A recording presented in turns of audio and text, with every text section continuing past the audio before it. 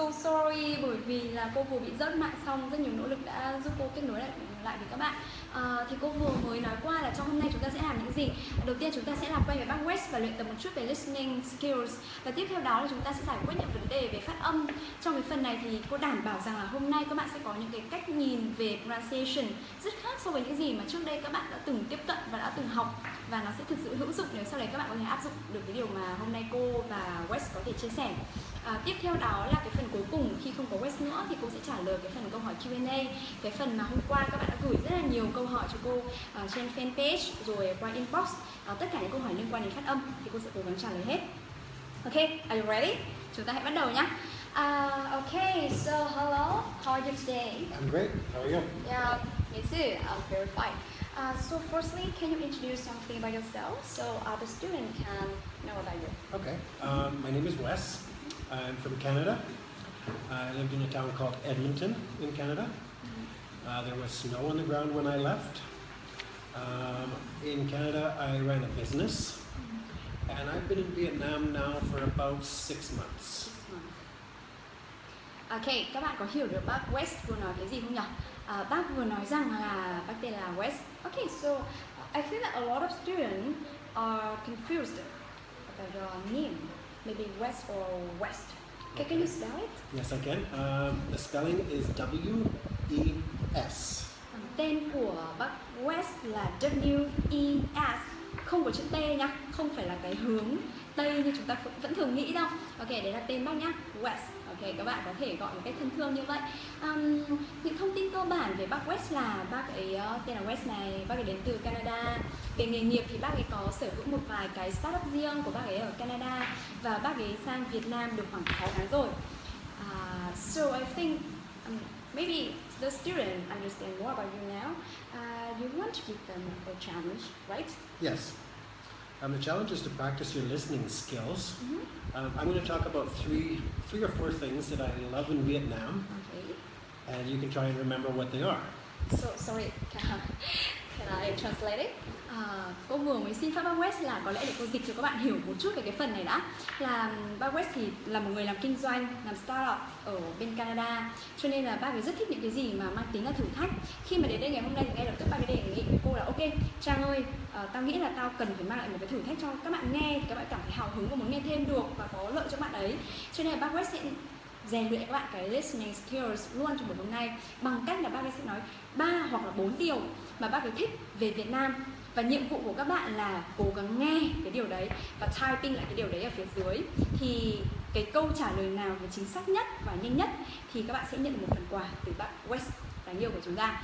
Ok, bởi vì đây cũng là lần livestream đầu tiên của West cho nên là bác phải viết hết những cái gì ra giấy để có thể các bạn sẽ nhìn thấy trong quá trình nói. Và bác phải nhìn xuống giấy vì bác cũng rất là nervous như cô trong lần đầu tiên thôi. Ok, các bạn hãy cố gắng ủng hộ cho cô và bác West nhé. So go ahead. Okay. Các bạn nghe nha, cô không dịch đâu. A few things I love in Vietnam. The first one is spring rolls. I love them. I believe my pronunciation is bad, but nem zao would be spring roll. I actually watched them being made in a real Vietnamese kitchen. The other reason that I came to Vietnam is Kung Fu. I'm learning Wing Chun. It's fantastic, but it's very difficult for someone my age. I also love riding motorbike in Vietnam. And that's the three things. Okay, three things. Okay, that's it. Các bạn đã nghe được 3 điều mà bác West nói về các điều bác ấy thích ở Việt Nam, xin nhỉ? Nhanh tay comment ở dưới nhé để nhận được phần quà từ bác West nha. Ok, còn cô thì sẽ không tiếp tục cái câu chuyện challenge của bác West với các bạn nữa. Cô sẽ đi thẳng vào vấn đề ngày hôm nay nhé. Vấn đề về pronunciation, cái mà chúng ta đang quan tâm nhất bây giờ. Trong cái phần này thì cô sẽ nói chuyện với bác West bằng tiếng Anh và sau đó thì cô sẽ dịch sang tiếng Việt cho các bạn để các bạn có thể hiểu được. Tuy nhiên các bạn sẽ cố gắng nghe tiếng Anh một chút nhé, vì đây là một cơ hội rất tốt để chúng ta luyện tập cái listening skills của chúng ta. Okay, so I know that you are learning Vietnamese, right? So how do you feel about our language, and which part is the most difficult for you? Oh God, I'm learning, and it's very difficult. The most difficult, my listening is pretty good, but my most difficulty is in speaking.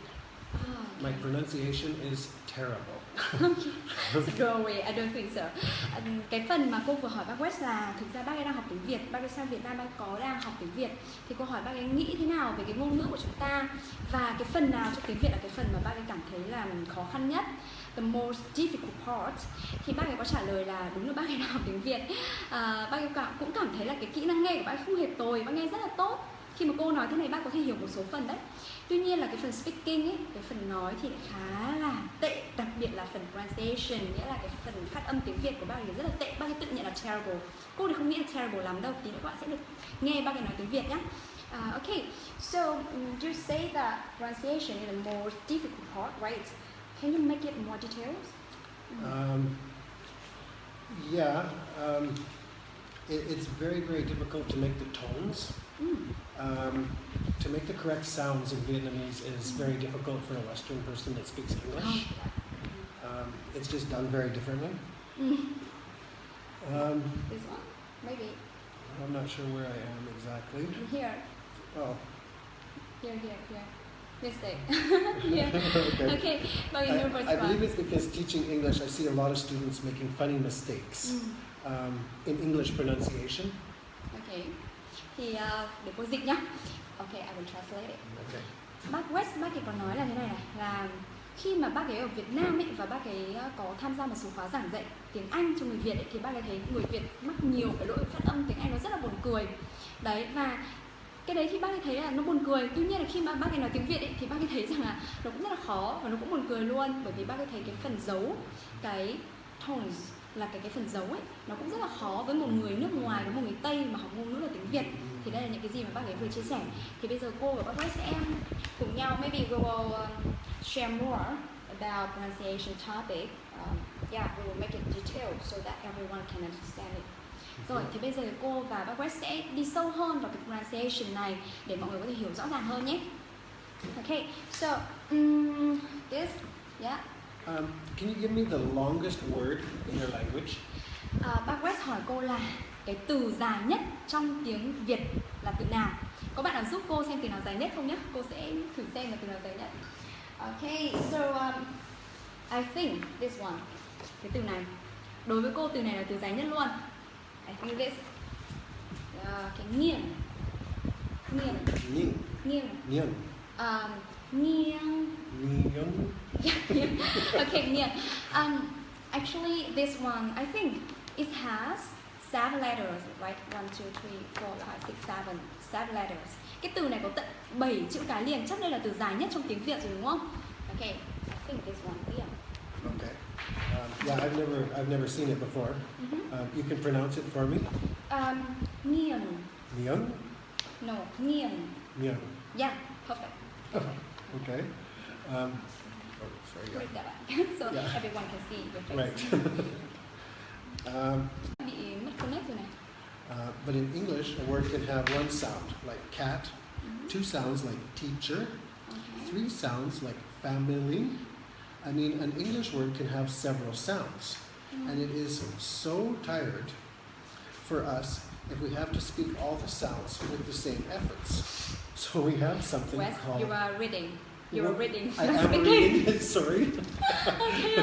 Okay, so... We have something called word stress. Okay, bác ấy đang reading đúng không? Bác đang đọc cái gì bác ấy viết chứ không phải bác ấy nói. Buồn cười quá đi.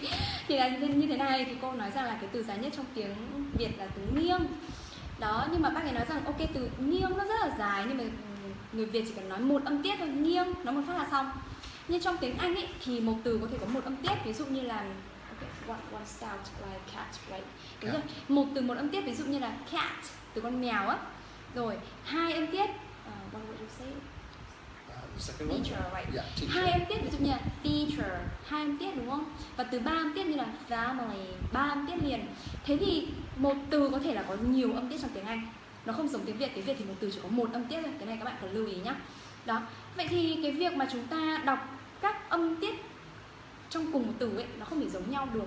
Cho nên người Anh không muốn là mất quá những công sức, quá là mệt mỏi khi mà đọc một từ tiếng Anh, thì họ nghĩ ra một cái gọi là word stress, nghĩa là trọng âm của từ. Đấy, cái mà bác ấy nhắc đến nãy giờ ấy, word stress, trọng âm từ. Okay, word stress, right? Word Yeah. stress, yeah.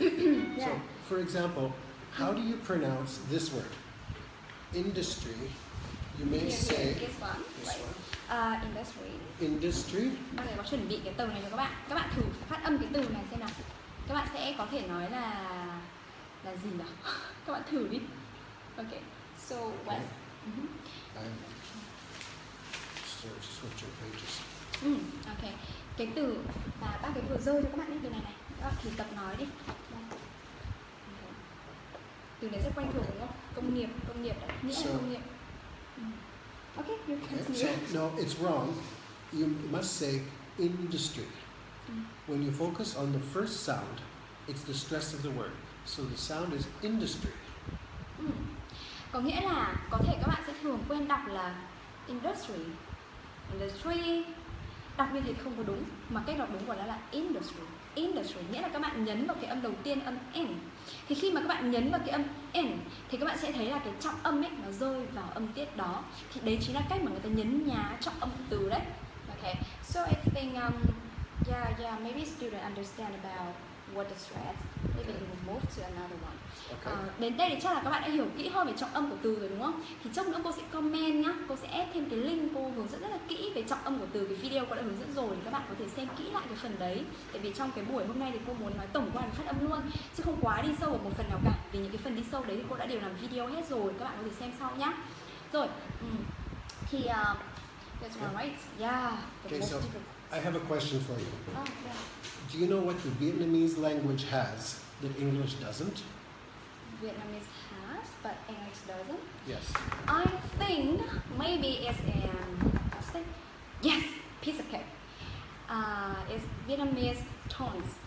Dấu với những kiểu là huyền sắc, hỏi, nặng. Đó, 6 cái dấu trong tiếng Việt của mình. Đấy. Thì đấy là cái khó nhất. Cô nghĩ đấy là cái khó nhất. I think so. Vietnamese tones. Okay. Yeah. In English, we don't have those kinds of tones. So for me, zua, zua, zua is the same. Okay, I will hold it for you. Hold that for me? Yeah. It's the same pronunciation.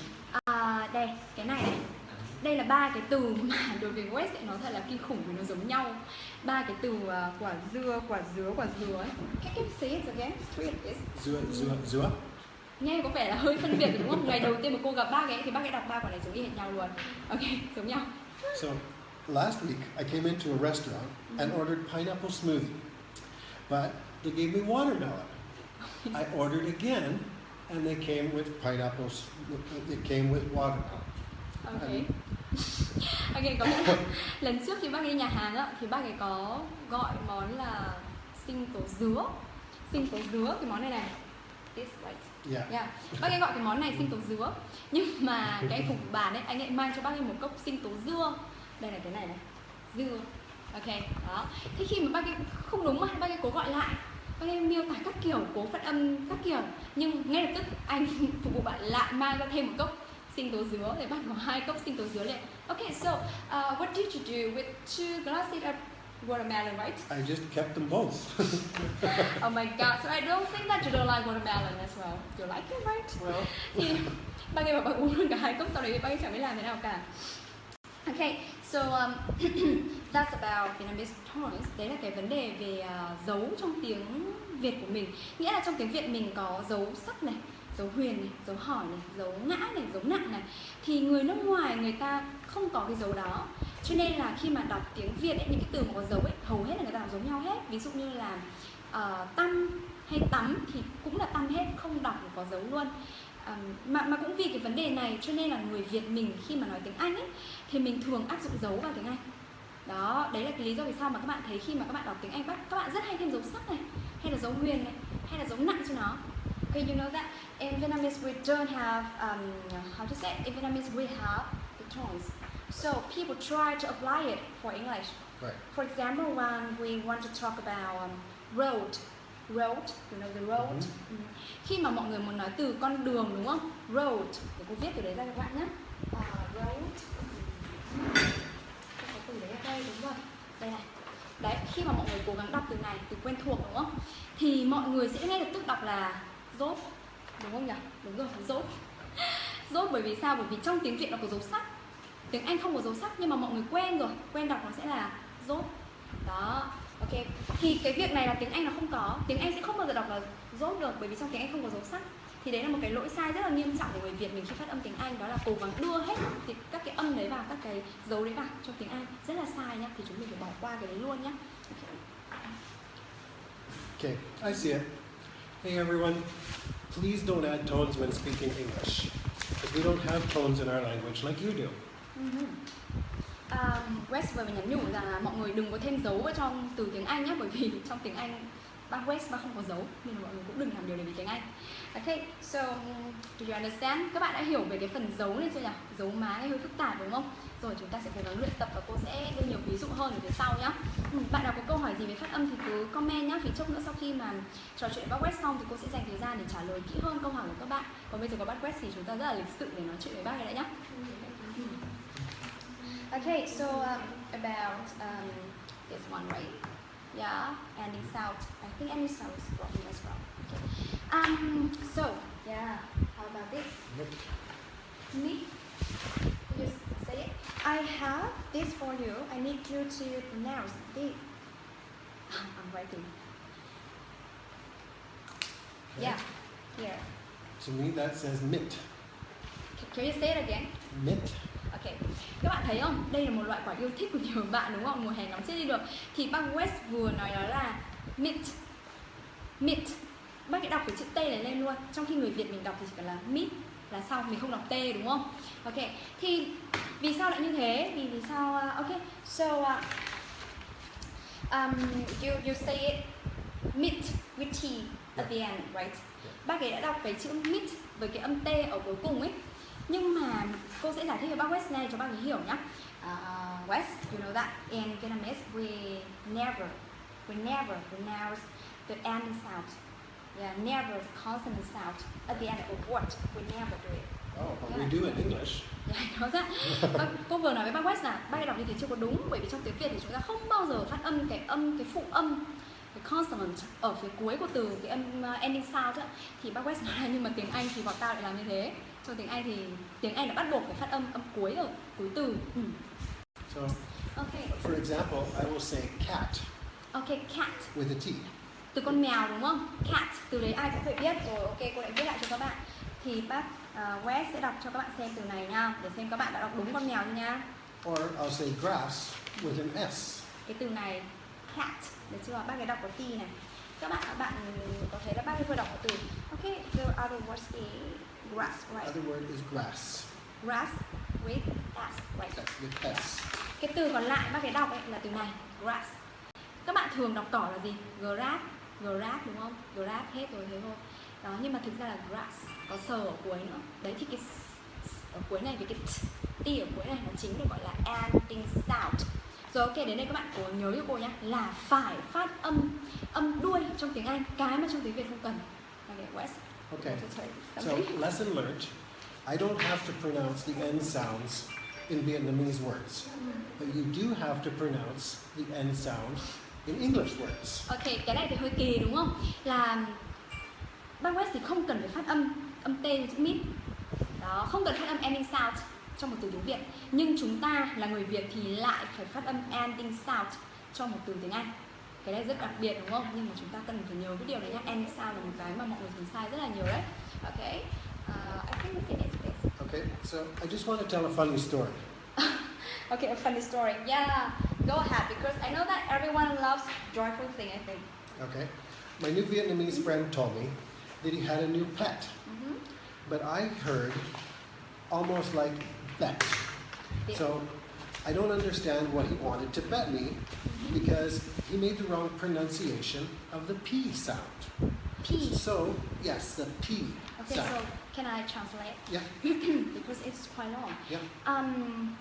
Here, các bạn có hai cái từ này. Đây chính là hai từ mà bác West vừa mới chia sẻ. Là khi mà một người bạn, người Việt Nam của bạn, bác ấy nói rằng là anh ấy có một cái con thú cưng ấy. Cái từ này là thú cưng này. Đấy, cái từ dưới của cô này nghĩa là pet là thú cưng. Thì khi mà anh ấy nói là này West ơi, tao có thú cưng đấy, thì bác West giật mình. Bác không hiểu là anh ấy muốn thách đấu bao cái gì. Cái từ trên này này, that, từ này có nghĩa là đấy, rồi cá cược, chính xác là cá cược. Thì bác West giật mình vì bác ấy hiểu sang từ này, bác không hiểu được từ này. Vì anh ấy không hề đọc âm P, anh ấy không đọc âm P, Mai đọc sang âm này. Ok, thì bác West Mai bảo là anh ấy không phát âm được cái âm P này. Ok, yeah, I Okay, translate it. so I've observed, and I think a large number of Vietnamese people can't say unvoiced sounds Unvoiced. like P, T, S, F, and TH. Thì bác West Mai nói rằng là khi mà bác ấy quan sát ở Việt Nam ấy, thì rất nhiều người, chứ không phải là riêng một người bạn người Việt của bác ấy đâu, là không thể phát âm được cái âm P này, cũng như tất cả những cái âm mà cô tạm gọi tên nó là âm vô thanh. Vô thanh nhá, vô thanh nghĩa là âm bật hơi á, âm bật hơi thì có như là âm P này, âm T này, đấy, rồi âm gì nữa nhỉ? Âm P, âm T, rồi ok, I will làm it. Âm TH, đấy, đấy những âm hay âm, đấy là những âm vô thanh trong tiếng Anh. Thì rất nhiều người Việt Nam không phát âm được âm này. Okay, you know what? You know what? What? Yeah, because in Vietnamese we don't have any definition of unvoiced or voiced sound. Right. Bởi vì là sao nhỉ? Các bạn có thể giải thích cho bác West không? Vì đơn giản là trong tiếng Việt thì chúng ta không có cái khái niệm của âm vô thanh hay là âm hữu thanh, đúng không? Tất cả các phụ âm là chúng ta cứ phát âm, chứ chúng ta không bảo ok cái chữ này là vô thanh, cái chữ kia là hữu thanh. Cho nên khi mà áp dụng cái đấy vào tiếng Anh ấy thì chúng ta cũng bê nguyên là thôi, chúng ta cũng chẳng phát âm vô thanh làm gì cả.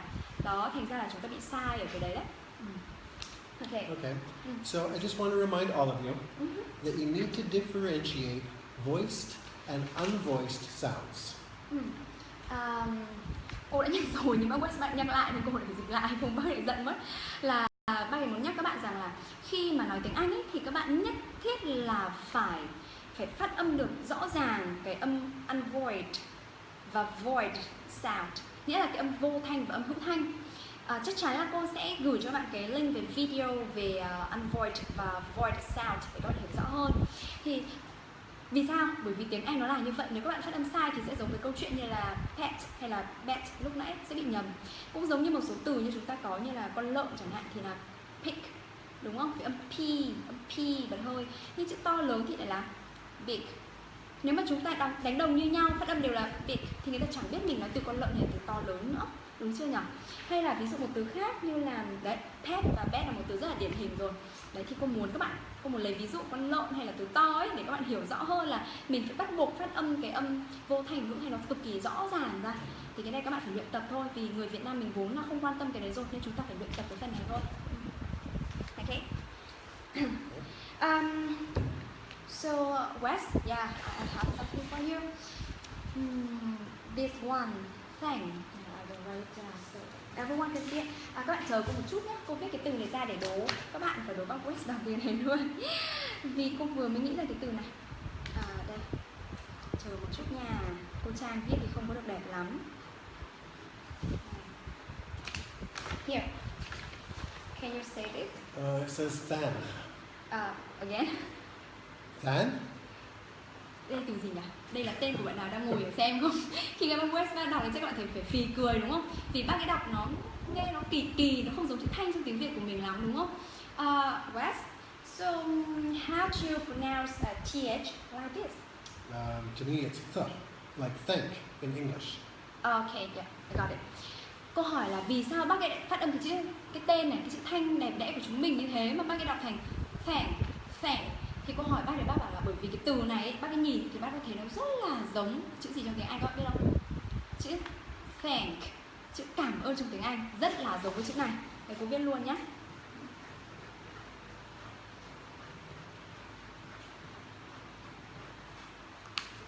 Cực kỳ giống với chữ này luôn. Chỉ thay cái âm cuối cùng, chữ hờ cuối cùng bằng chữ K thôi. Đấy, giống nhau. Đối với bác West thì hai từ này giống y nhau.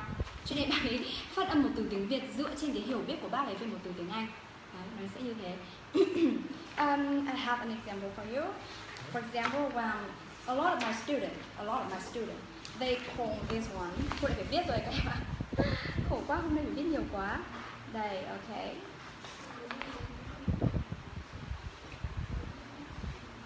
Đây, có rất nhiều học sinh của cô phát âm cái từ này, cái áo khoác thành cốt luôn.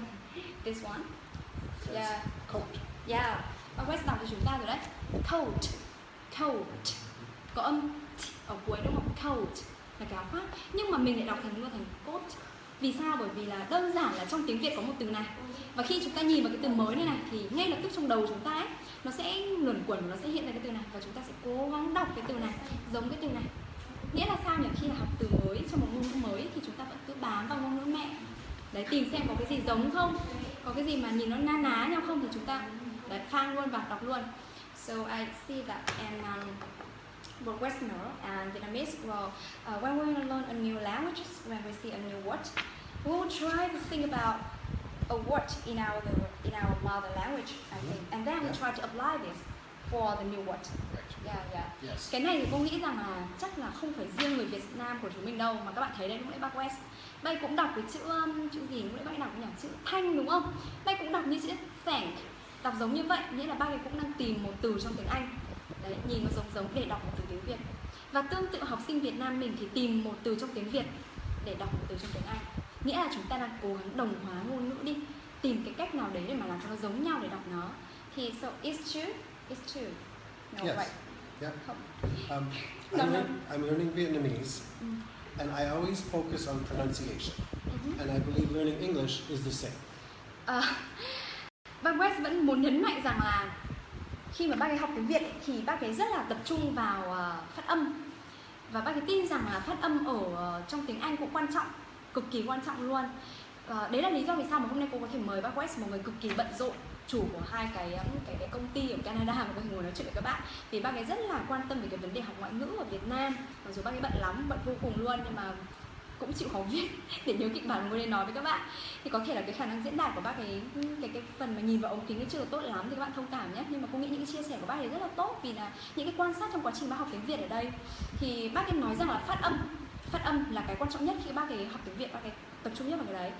Bác ấy nghĩ rằng phát âm cũng là cái rất là quan trọng khi chúng ta bắt đầu nên học tiếng Anh. Okay, so don't worry, West, because every course, the basic course in Elight will start with pronunciation. Okay. Cô có bảo với bác West là bác ấy đừng lo cho sinh Việt Nam, bởi vì ví dụ như là ở khóa tiếng Anh công sở ở Elight chẳng hạn thì cô và các thầy cô khác cũng đã đưa cái phần giảng dạy về phát âm vào, vì cô và các thầy cô khác tin tưởng rằng pronunciation thì sẽ là một cái nền tảng rất là vững chắc cho các bạn, cùng với từ vựng và ngữ pháp để xây dựng một cái nền tảng cho tiếng Anh để học xa hơn về các kỹ năng nghe nói đọc viết, cũng như là thi các cái kỳ thi quốc tế. Okay. So okay. So you don't need to worry about this.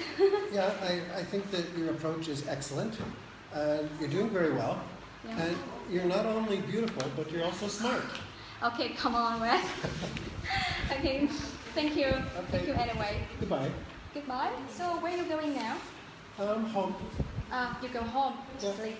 Yeah, I go You home are to tired. sleep. I know that you are tired now. Go Okay. practice my Vietnamese. Go practice for Vietnamese. Bay về nhà để học tiếng Việt. Oh, now it's mấy giờ rồi nhỉ? Bây giờ khá là muộn rồi đúng không?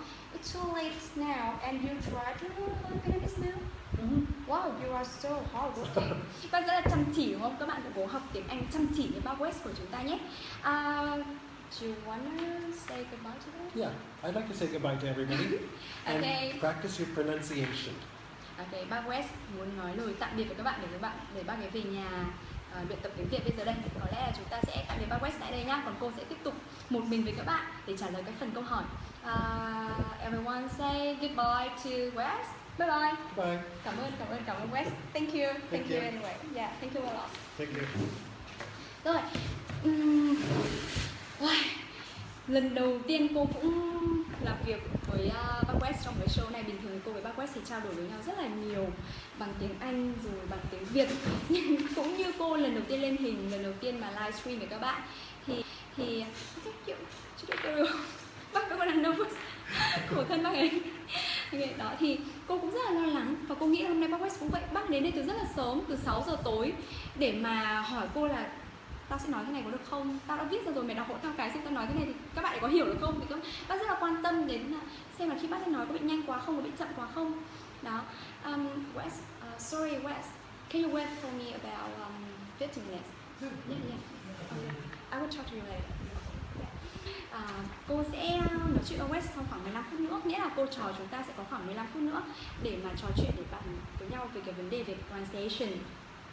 Rồi, để xem nha, xem là các câu hỏi các bạn gửi về sẽ như thế nào nhá. Cô sẽ trả lời lần lượt. câu hỏi nào. Ok, rồi, có một câu hỏi hôm qua từ xem nào, tên một cười quá, không biết người, chắc chắn là một bạn người Việt rồi nhưng mà trộn tên tiếng Anh. Lucian Vũ. Câu hỏi là: cô ơi, em làm ở công ty Ấn Độ, có mấy bạn đồng nghiệp thường không hiểu được em nói cái gì, thậm chí em nói lại nhiều lần các bạn ấy vẫn không hiểu. Hiện em đang băn khoăn không biết là do phát âm của em hay là do từ vựng của em thiếu nữa mà mọi người nói, khi em nói mọi người không hiểu. Thì cô có suy nghĩ là như thế này, là các bạn biết đấy, chúng ta sẽ có cái giọng vùng miền rất là khác nhau. Ví dụ nhá, ở Việt Nam thôi, thì các bạn nói tiếng Bắc, tiếng Trung, tiếng Nam, cùng một từ mà nghe nó đã khác nhau rồi, đúng không? Nghe đã khác nhau rồi.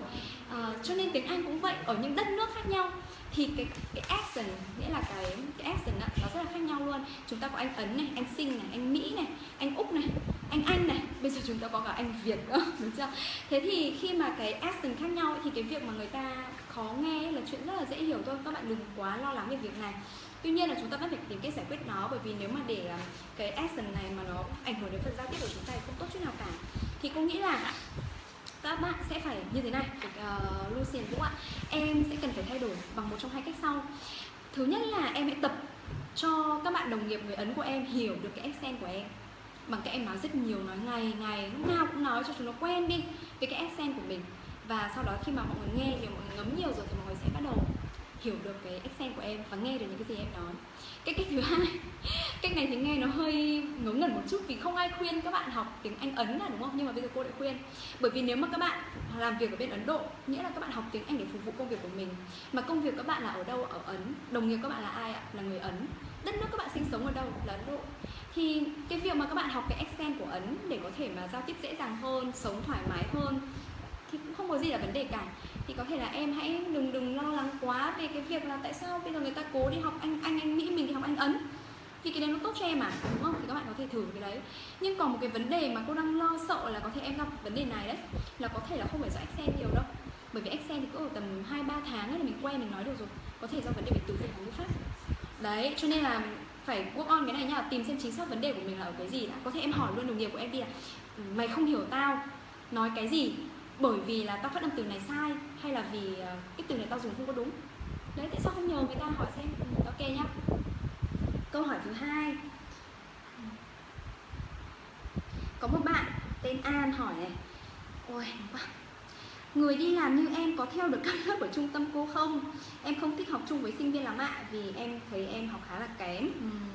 Chắc là bạn ấy cảm thấy bạn học kém, bạn không thích học với sinh viên. Thực ra câu này thì cô nghe rất là nhiều người than thở rồi, kể cả những anh chị bạn của cô cũng thế, cũng bảo là Trang ơi, anh chị rất là thích đi học ở trung tâm em, nhưng mà anh chị thấy bên em hình như cả sinh viên. Có thể là đôi khi thì cô cũng muốn mọi người học chung với nhau vì mọi người sẽ hiểu nhau hơn, nhưng mà thôi, nhưng các bạn cũng đừng lo lắng, bởi vì bây giờ ở Elight có một cái khóa rất là xịn, khóa tiếng Anh công sở chuyên dành cho người đi làm, giải quyết các vấn đề của công sở, của văn phòng. Thì nếu mà những anh chị, những bạn nào mà đang xem video này, đang xem cái livestream này mà thấy là ôi mình muốn học với người đi làm thôi, không muốn học với sinh viên, thì có thể học cái lớp như vậy. Rồi, và cái lớp đấy thì 100% kiến thức là phục vụ cho công việc nhá, sẽ không phải là những cái kiến thức ngoài lề vui chơi giải trí hay gì cả, sẽ phục vụ công việc thôi. Vì cô biết là mọi người đi làm rồi thì chỉ muốn học để phục vụ, để lên chức này, để giữ công việc của mình hay là phát triển sự nghiệp mà không học linh tinh, chỉ học cái gì cho công việc thôi. Câu hỏi thứ ba này, của một bạn cũng không được tên luôn, Hiko Rios, cho em hỏi là khi phát âm ý ạ, âm gió với cả âm giờ ở cuối ý ạ, dùng ý ạ bao giờ, đôi khi nói nhanh hay quên nên không chuẩn được. Cho em hỏi có biện pháp khắc phục không, hay là bản thân tự rèn luyện được không ạ? Đương nhiên là bản thân phải tự rèn luyện rồi, bởi vì nếu em không tự rèn luyện thì ai rèn cho em đây. Nhưng mà câu trả lời là có rèn luyện được không ấy là có. Còn rèn luyện như thế nào khi mà chúng ta đọc những cái âm cuối, bởi vì như khi nãy cô và bác West có phân tích vấn đề là không phải chỉ âm S hay âm Z ở cuối đâu, mà là tất cả âm cuối hầu hết các bạn đều bỏ qua. Thì làm sao để giải quyết vấn đề này? Đó là các bạn hãy cố gắng nói tiếng Anh chậm lại. Các bạn có bao giờ được ai khuyên để nói chậm lại chưa? Mọi người thường bảo em ơi nói nhanh lên, đúng không? Nhưng nói nhanh để làm gì khi mà chúng ta nói nhanh nhưng mà nó không chuẩn, đúng không? Chậm mà chắc còn hơn. Đấy thì lời khuyên của cô dành cho các bạn bây giờ là các bạn hãy cố gắng nói chậm lại, chuẩn đã, chậm, chắc, chuẩn. Và sau khi nói những cái câu đơn lẻ, những cái từ đơn lẻ phát âm chuẩn rồi, đầu tiên là từ nhá, từ, sau đến cụm từ, sau đó mới đến câu, sau đó mới đến các câu kết hợp với nhau, rồi mới đến đoạn. Chúng ta không thể ăn bớt quá trình nào cả. Đấy, cứ lần lượt như vậy thì chúng ta chắc chắn là sẽ tiến bộ. Khi nào mà các bạn đọc từ mà nó có vẻ ok rồi, đọc được cả ending sound của từ rồi, thì bắt đầu chúng ta nói nhanh hơn một chút, cứ đẩy tốc độ lên dần dần thì chúng ta sẽ giỏi dần và sẽ nói được tiếng Anh mà có những cái âm cuối nói được hết, không lo nhé. Rồi, câu hỏi từ bạn Moon Trang. Mình học phát âm trước nhưng không có nhiều từ vựng thì làm sao hả cô? Và làm thế nào để nói hay được như người bản xứ? Cô có thể chia sẻ kinh nghiệm cho chúng em biết được không ạ? Thank cô nhiều. Rồi, câu hỏi của bạn Trang là mình học phát âm trước nhưng không có nhiều từ vựng thì có giỏi được phát âm không? Có giỏi được giao tiếp không? Thì cô sẽ trả lời với các bạn là giao tiếp là cả một quá trình, chứ không phải là ngày 1, ngày 2 mà thành được. Câu hỏi các bạn về phát âm đúng không? Phát âm thì chính là một nền tảng để các bạn có thể giao tiếp. Nhưng mà phát âm, các bạn tưởng tượng là các bạn phát âm được rất là hay, nhưng bạn không có một từ nào để nói cả, ngữ pháp các bạn sai tùm lum luôn. Thế thì các bạn có nói được cái gì không, đúng không? Các bạn có thể chỉ với các bạn phát âm, đọc từng âm một thì được. Nhưng người bản xứ không cần cái đấy, người ta cần nói chuyện với bạn mà, đâu cần bạn dạy người ta phát âm đâu. Thế nên là phát âm là nền tảng, nhưng các bạn cần phải nhớ rằng là đi kèm với phát âm thì các bạn cũng cần phải học từ vựng, học ngữ pháp, học cách diễn đạt, học các cái kỹ năng như nghe, nói trước, sau đó bắt đầu có thể là sâu hơn vào. Rồi cô vừa phải tìm cách để reconnect lại với các bạn. Rồi, thì bạn ấy có hỏi là làm sao để có thể giao tiếp được như người bản xứ, thì cô không muốn nói cái video đấy lại ở đây nữa vì nó rất là dài. Cô sẽ để một cái video là cách nói làm sao cho giống người bản xứ, hy vọng là sẽ giúp ích được cho bạn Moon Trang nhá, cùng tên với cô luôn. Thì các bạn sẽ xem, sau này chắc là thì cô sẽ comment hoặc là cô sẽ post riêng một vài cái link mà liên quan đến cái phần phát âm hôm nay. Sau cái livestream này các bạn hãy đọc nhá, để tìm những cái link mà phù hợp với mình. Rồi, ok, câu hỏi từ bạn Kathleen Mai. Cô ơi, em học tiếng Anh cũng được 10 năm rồi, nhưng sao nghe nói vẫn chưa được cải thiện ạ? Xin cô hãy tư vấn giúp em. Học tiếng Anh 10 năm, thực ra cô vẫn chia vui với em, bởi vì có những người học 20, 30, 40 năm rồi mà vẫn chẳng cải thiện cô, chứ không phải là chỉ 10 năm đâu. Tuy nhiên con số này cũng rất là đáng báo động đúng không? Tại vì nếu mà vẫn tiếp tục như thế này thì có lẽ là 20-30 năm nữa em vẫn sẽ không nói được tiếng Anh. Cho nên mình phải tìm ra giải pháp. Thì cái quan trọng khi các bạn học một cái gì đấy, một ngôn ngữ mới là các bạn phải có mục tiêu và động lực rất là rõ ràng. Ví dụ như các bạn chỉ biết là bạn học tiếng Anh mà bạn không biết là học để làm cái gì cả, học để giao tiếp, học để xem phim, học để làm việc, học để du lịch, thì mỗi một cái mục tiêu nó rất là khác nhau. Các bạn cần phải cho mình một cái mục tiêu thật là rõ ràng. Ví dụ như các bạn học để giao tiếp này, các bạn học để thi một cái chứng chỉ như IELTS hay TOEIC này, và cuối cùng là thời gian. Bạn phải biết rằng là ok, mình sẽ phải được 800 TOEIC trong 1 năm nữa. Đấy, phải có thời gian để bạn mới có động lực để học. Chứ 800 TOEIC kiểu đến lúc lấy vợ rồi mới được thì cũng không ok, đúng không? 10 năm nữa mới được thì cũng không được, cho nên phải có thời gian rõ ràng. Mục tiêu phải là rõ ràng này, và phải đong đếm được về mặt thời gian này. Đấy, thì cái đấy là cái mà những bạn học kinh doanh thì chắc là sẽ rất là rõ rồi đúng không? Nhưng cô vẫn nhắc lại, áp dụng với việc học tiếng Anh, nhớ là đặt mục tiêu rõ ràng. Bạn nào mà không biết đặt mục tiêu như thế nào thì có thể làm inbox hoặc là comment, cũng sẽ giúp các bạn. Ví dụ như các bạn nêu xem là trình độ các bạn bây giờ đang như thế này, các bạn cần học một cái như thế nào, học để mục tiêu gì, thì cần bao nhiêu lâu, thì cô sẽ có thể giúp các bạn về cái phần là thời gian, mỗi ngày học bao lâu hay như thế nào đấy. Rồi, thứ hai là sau khi có cái đấy rồi, các bạn phải lên được một cái lộ trình học tập, là học cái gì trước, học cái gì sau, học tài liệu nào. Bởi vì nếu các bạn chỉ cần ra nhà sách thôi thì các bạn thấy hàng trăm, hàng tỷ, hàng nghìn quyển sách tiếng Anh. Bây giờ phát hết đồng đấy về thì cũng không bao giờ học được hết, đúng không? Mà học cái gì trước đây, học cuốn nào đây, thì đấy gọi là cái tài liệu học tập materials. Thì ở trong tí nữa cô cũng sẽ post lại một cái video mà cô đã hướng dẫn rất kỹ là cái lộ trình học tiếng Anh cho người mất gốc rồi. Trong đấy cô có nêu về mục tiêu này, thời gian này, tài liệu học luôn. Đó, thì các bạn có thể tham khảo cái video đấy của cô nhé. Rồi, để xem, đấy là cô đã trả lời một số những câu hỏi mà cô cho là những câu hỏi chung, đại diện cho số chung, số đông rồi. Bây giờ cô sẽ xem là hôm nay có câu hỏi gì nha.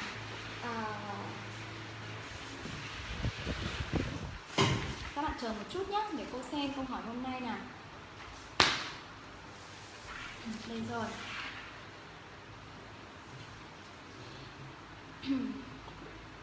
Các bạn chờ một chút nhé.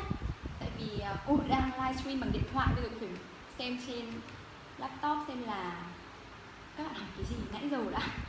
Vội quá chưa kịp đọc comment của các bạn luôn. Ok, sắp xem nào. Trước khi mà cô trả lời câu hỏi, cô nhắc luôn là tối thứ Tư tuần sau thì cô sẽ làm một cái talk show trong buổi đấy rất là thú vị. Cô sẽ sẽ mời nhiều những người khác có kinh nghiệm học tiếng Anh, là người Việt nhé, không phải người nước ngoài. Rất nhiều các anh chị người Việt đã học tiếng Anh từ con số 0 bây giờ thành hero luôn. Cô sẽ chia sẻ rất nhiều vào buổi thứ Tư tuần sau, cũng là qua livestream. Thì các bạn hãy cố gắng để theo dõi nhé. Hôm đấy không chỉ có cô Trang mà sẽ còn các anh chị khác nữa. Cũng có lẽ là đã trong những cái tình trạng mà mất gốc tiếng Anh từ rất lâu rồi, để xem là cách mà mọi người đã vực dậy như thế nào. Thì cũng nghĩ là những cái chia sẻ thực tế từ mọi người, không riêng từ cô ấy, thì nó sẽ giúp ích cho các em nhiều hơn. Vì mỗi người thì đến từ một cái ngành nghề khác nhau, một cái hoàn cảnh khác nhau luôn. Bây giờ thì các bạn nhớ là tối thứ Tư tuần sau nha. Giờ thì cô sẽ thông báo chính thức lại trên fanpage. Đây rồi, xem nha. Câu hỏi này, cô sẽ trả lời một số câu hỏi của các bạn nhá.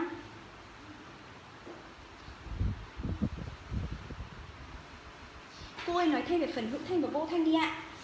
Cái test về vô thanh và hữu thanh rất là đơn giản. Ví dụ về âm p và âm bờ nhá. Thì âm p, vô thanh nghĩa là khi đọc ra không có âm thanh mà sẽ bật hơi. Test rất đơn giản với bất kỳ một âm nào phụ âm. Các bạn đặt tay trên miệng này. Đó, và các bạn thử bật nhá, bật âm P đi. Các bạn sẽ thấy mát tay. Cái nào mà bật ra mát tay ấy là âm vô thanh.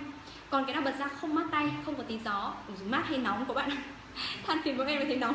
Ok, thì nó là âm hữu thanh, được chưa? Thì cô sẽ hướng dẫn kỹ lại cái này. Ví dụ như âm và âm chữ S và chữ Z ấy, thì cô đố các bạn âm nào là vô thanh, âm nào hữu thanh. Thử nhá. Có thấy mát tay không? Có đúng không? Đấy là âm vô thanh. Còn âm còn lại này là âm hữu thanh.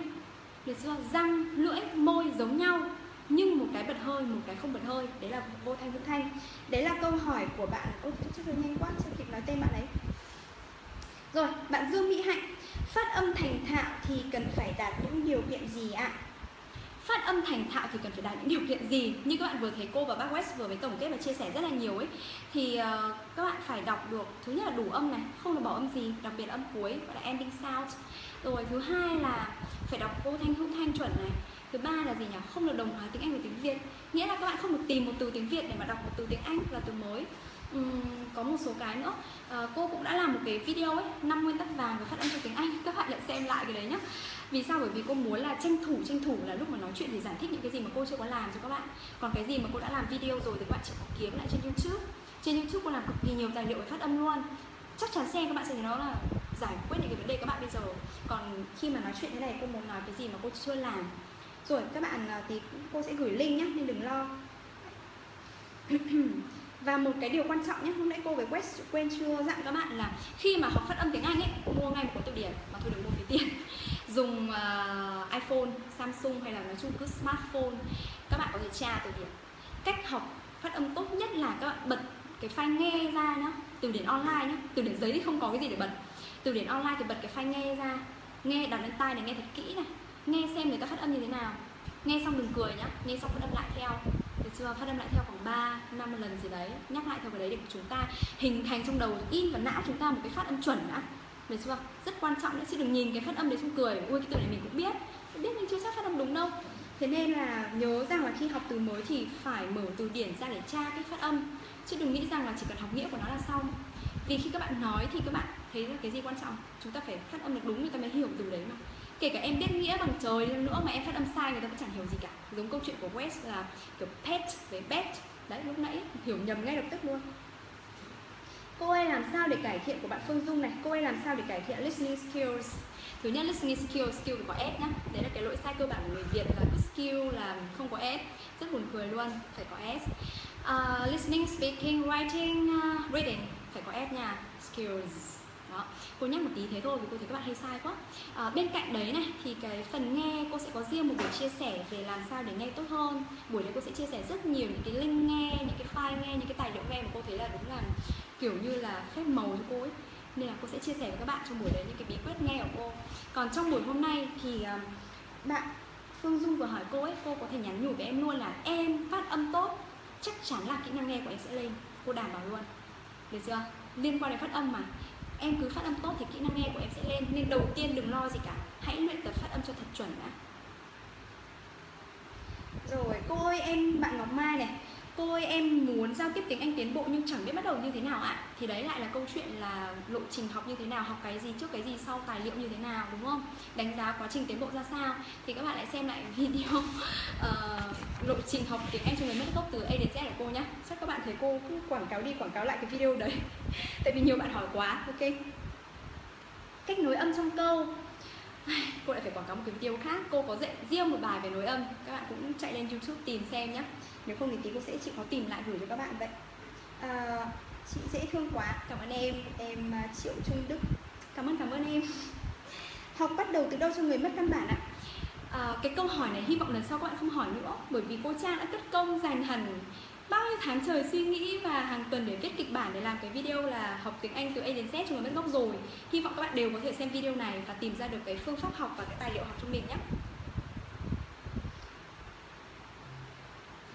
Rồi ok, làm thế nào để tự học phát âm ạ? Phát âm là cái có thể tự học được.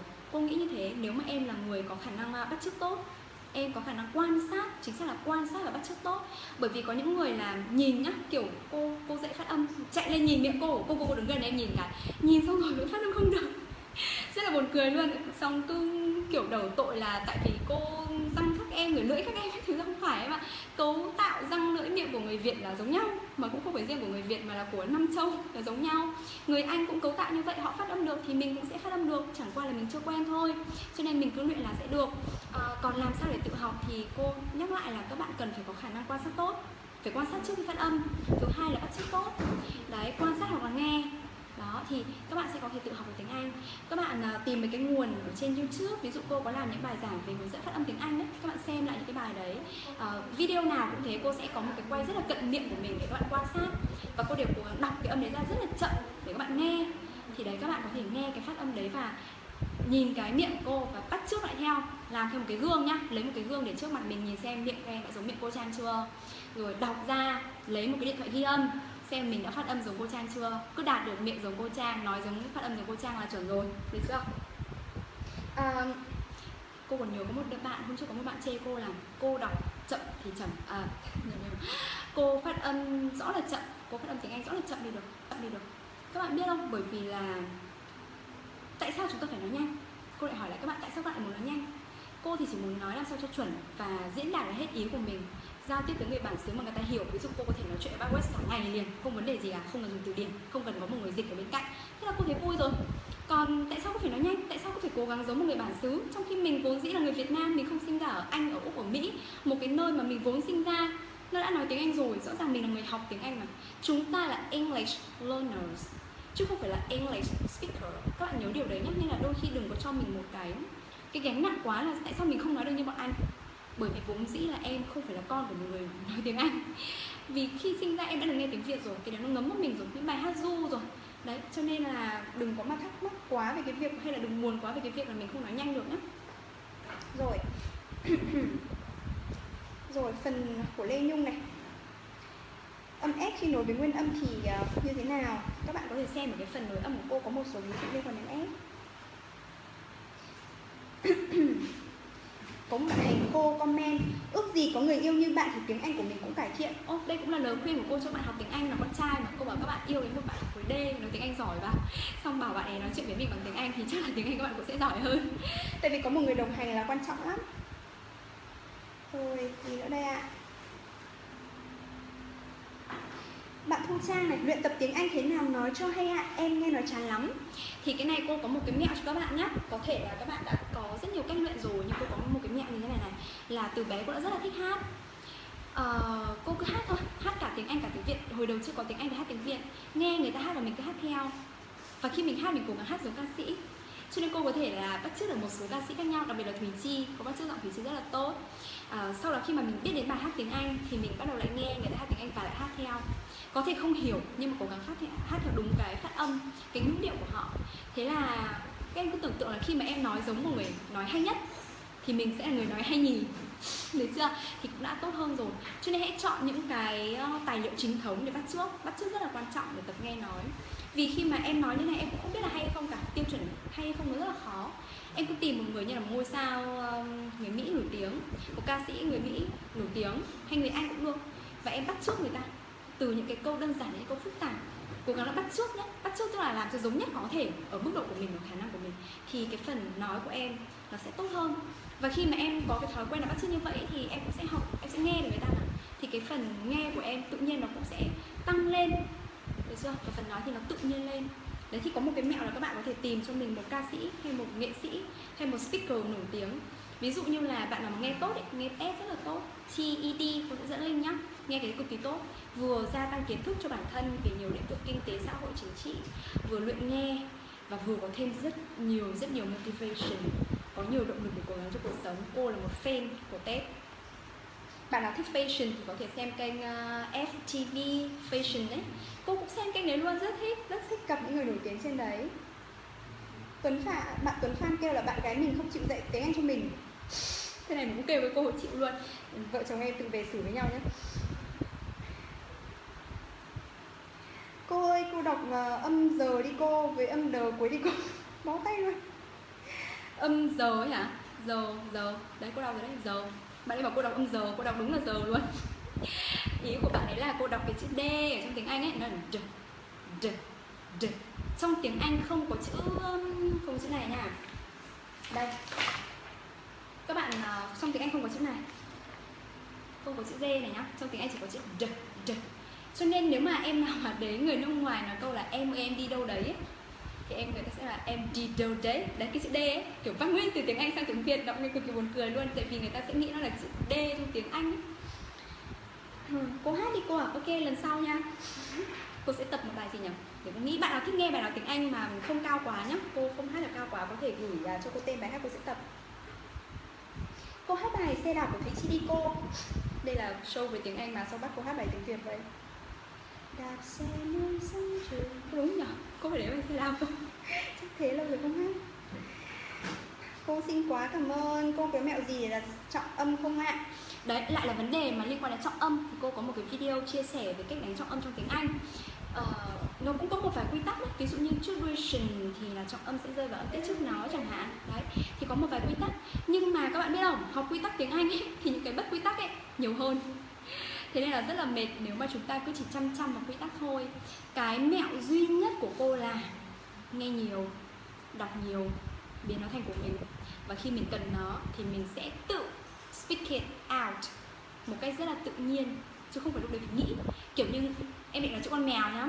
À không, chữ con mèo không có trọng âm. Ví dụ em định nói chữ industry, giống như bác West vừa chia sẻ. Em đều nhớ từ này hôm trước bác West dạy là trọng âm rời âm thứ nhất. Thế là mình phải nhấn vào đây, mình phải đọc là industry. Ôi, em mất 15 giây để suy nghĩ như thế thì làm sao người đối diện có thể kịp chờ em để tiếp tục câu chuyện được, đúng không? Cho nên việc của mình là phải tập đọc cái từ industry đấy nhiều lần để mình nhớ đi. Khi cần dùng là tự nói ra luôn, không phải nghĩ nữa nhá. Đấy, thì bí quyết là nghe nhiều, đọc nhiều, cho biến nó thành của mình. Khi nào là của mình rồi ấy, thì mình thích lôi ra dùng lúc nào cũng được.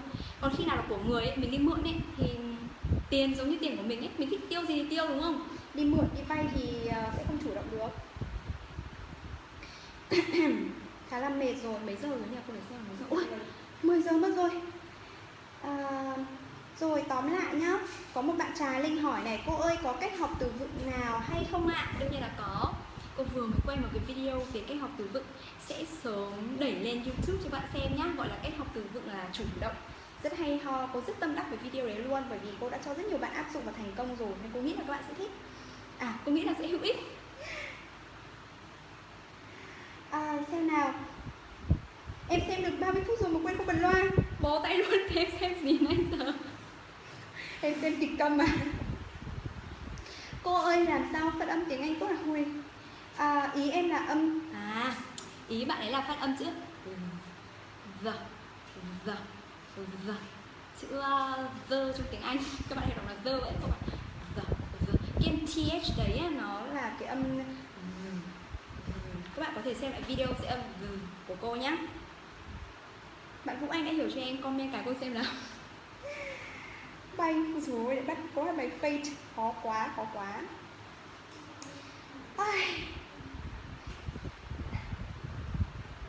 Trong 4 kỹ năng bạn Phạm Ngọc Hưng, trong 4 kỹ năng thì cần chú trọng vào kỹ năng nào đầu tiên hả cô? Cái này quay lại câu chuyện là em cần học tiếng Anh làm gì? Vì cô biết rất nhiều bạn bè của cô đi làm thì chỉ cần viết email bằng tiếng Anh thôi, cho nên các anh chị sẽ cố gắng học writing rất là tốt để mà writing mà không cần nghĩ nhiều đấy, mà writing bằng tiếng Anh rất là tốt thì đương nhiên là focus vào writing. Còn nếu mà em học để giao tiếp, ở công ty em có người nước ngoài mà em cần phải nói nhiều thì em phải focus vào speaking, đúng không? Thì 4 kỹ năng này, kỹ năng nào cũng quan trọng, nhưng vấn đề là mình dùng kỹ năng nào nhiều nhất thì mình phải chú trọng vào kỹ năng đấy. Còn lời khuyên của cô là không nên chỉ học một kỹ năng và bỏ qua 3 kỹ năng còn lại, bởi vì là 4 kỹ năng này nó hỗ trợ cho nhau. Khi mà em nghe tốt thì em sẽ nói tốt, khi mà em đọc tốt thì em cũng sẽ viết tốt đó. Và khi mà em nói chung là các bạn đừng mà tách chúng nó ra nhé, kiểu hôm nay tao chỉ học speaking rồi, tháng này chỉ học speaking, năm nay chỉ học speaking thôi, thế thì rất là phí. Vì khi mà chúng ta muốn speaking tốt lên rồi thì chúng ta phải cố gắng listening nhiều thì speaking nó mới tốt được đó. Thế nên là 4 kỹ năng này nó sẽ hỗ trợ cho nhau rất là nhiều. Vấn đề là em bỏ nhiều thời gian vào kỹ năng nào hơn thì kỹ năng đấy sẽ tiến bộ hơn và nó sẽ là kỹ năng mục tiêu của em thôi. Còn nên học cả 4, không nên bỏ.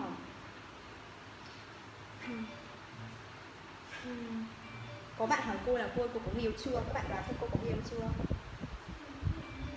Nhiều quá. Rồi, ok. Cô khá là cô thấy là buổi hôm nay thì đã khá là dài rồi. Các bạn cảm thấy mệt mỏi chưa? Rất là mệt đúng không? Vì trong một buổi mà nghe cả ta lẫn tây nói, mà nói liên tục nhiều thứ nữa, cả từ vựng, cả phát âm, cả nghe, cả đọc. Thế nên là cô muốn là hôm nay chỉ focus vào phát âm là vì như thế. Nhưng mà cô cũng thấy tội nếu mà bạn nào có comment về nhiều cái chủ đề khác mà không trả lời, nên cô cũng cố gắng trả lời. Tuy nhiên là những cái chủ đề như cô nói đấy, làm về từ vựng thì cô sẽ có một buổi livestream riêng, hay là về nghe, về nói, mỗi một buổi sẽ là riêng để chúng ta đi sâu hẳn vào vấn đề đấy nhé. Buổi hôm nay thì chúng ta đã giải quyết xong vấn đề về pronunciation rồi. Các bạn xem buổi hôm nay có thấy hữu ích ấy, thì có thể comment để cô biết nhé. Kiểu những gì cô làm các bạn thấy nó chẳng doesn't make sense, kiểu chẳng vô bổ, chẳng có ý nghĩa gì cả, thì cô cũng thấy là rất là buồn này, rồi cũng cần phải rút kinh nghiệm để làm sao lần sau làm cái gì đấy mà hữu ích hơn cho các bạn. Chúng ta sẽ hẹn gặp lại nhau vào tối thứ Tư tuần sau nhé. Tối thứ Tư nhớ nhé, buổi tối thứ Tư tuần sau cô Kiều Trang cùng với lại các anh chị bạn khác của cô. Và các bạn yên tâm, bạn cô thì rất là giỏi giỏi trong chuyên môn của các anh chị đấy. Và các anh chị ấy cũng đã từ cái việc là không biết gì về tiếng Anh mà trở thành những hero thăng chức nâng quyền trong công ty của mình nhờ về tiếng Anh. Thì buổi sau sẽ là buổi chia sẻ như vậy. Các bạn cố gắng là theo dõi nha. Và nhớ là xem đúng giờ nhá, vì có những bạn lên được 30 phút rồi mới xem thì rất là lãng phí luôn. Tuy nhiên là các bạn có thể hoàn toàn xem lại, vì cái này bây giờ là có online, đến khi mà các bạn không kịp xem trực tiếp với cô thì có thể hoàn toàn bật và xem lại. Ok, thế nhá. Bây giờ chúng ta sẽ nói gì với nhau nhỉ? Goodbye, good night. Có một từ trong tiếng Anh cô sẽ dạy các bạn luôn để chúng ta chúc nhau ngủ ngon. Nó không phải là good night bình thường mà nó viết như thế này. Thế nhá, để hôm nay chúng ta nói từ này. Night.